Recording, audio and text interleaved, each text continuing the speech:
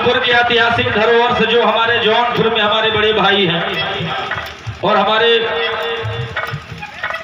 बड़े भाई से भी बड़े हैं ना, लगला लहावे भैया सही बतावा थी भैया हो। बड़ा प्यार दुलाल मछली सर में बिरहारल भैया 4-10 लाख का सामान ऐसे ही निछद्दम में छोड़ करके हमारे बिरहे के लिए ये रात भर टाइम दिए। वो समय जीवन में जब तक ये जीवन रहेगा भूलूंगा नहीं। बड़ा प्यार दुलाल सम्मान और 5000 रुपया का पुरस्कार भी वहाँ आपने हमें लुटाया था। ये ऋण हमारे गुरुजी कहते हैं कि बेटा सबका ऋण चुका लोगे, लेकिन जो तुम्हें चौकी दे करके, गद्दा दे करके, माइक मशीन दे करके अपने जमीन पर बैठ के बिरहा सुनता है और रात भर पैसा भी देता है, उसका उपकार, उसका ऋण जीवन में कभी चुका नहीं पाओगे। तो हम आपके ऋणी हैं, हमारे बड़े भैया हैं। और बस्ती जिला के कलाकार का जो वही बिरहा समाप्त राहुल भैया का नंबर लग जाए। हमारे इंद्रपाल सरोज जी जिनके सर पर आज राजा जनक का सेहरा बंधा हुआ है, उनका कहना था कि राय जी आप खड़ा होइएगा, तो जैसे लोगों ने आपसे कहा वैसे आप नंबर वाइज सबको बता दीजिएगा। तो हमारा जो आदेश है गुरुजी का, हम कह रहे हैं आप लोग तैयार रहिएगा। गुरुजी की बात नहीं कटनी चाहिए, हमार भले कट जाए। भैया की ओर से 100 रुपया चरण में नमन बंदना आशीर्वाद की प्रतीक्षा नहीं कहना है। पानी भरे चली देहली दुलही मेरा रुगावली बजावली, पानी भरे चली देहली अगुआ का बोही न हो।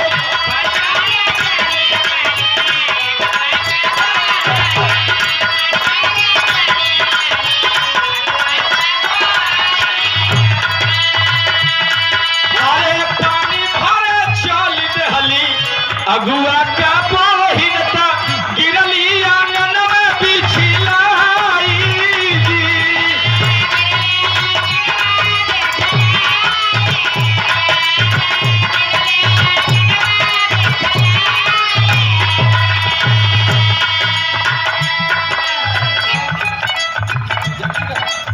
और तीसर की लाइन आई वाला हवाली, सौरी सरसी गईले, समय समय के परिवेश है पंचो, शादी ब्याह में लोग पैसा दे के गाड़ी गवावला। सौरी सरसी गईले तेरा हयारा तीरे गईले,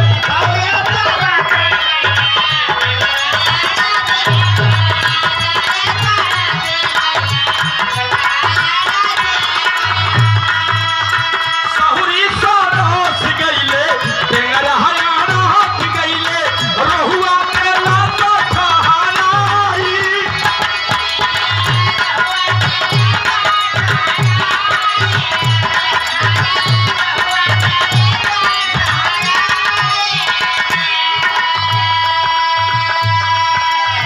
सोनापुर से सज के ये बारात कहां से चल के आई है? बाराती गौर करेंगे, घराती गौर करेंगे। इस शुरुआत हो गई हमारे सेहरा के। सोनापुर से सज के अहिली बारातिया हो,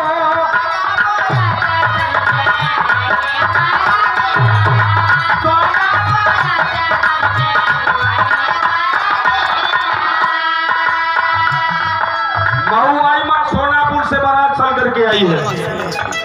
सोनपुरा से, सोनवापुर से, सोनापुर मऊ आई माँ। हम गए थे तिलक में, बड़ा अच्छा व्यवस्था मिला था। मऊ आई माँ से चल के अहिली बारातिया हो,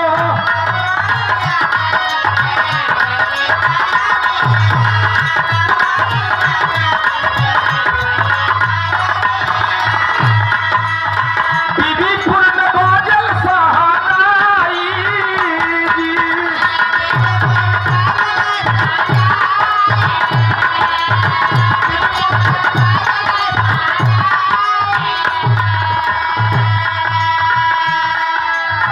पाँच गो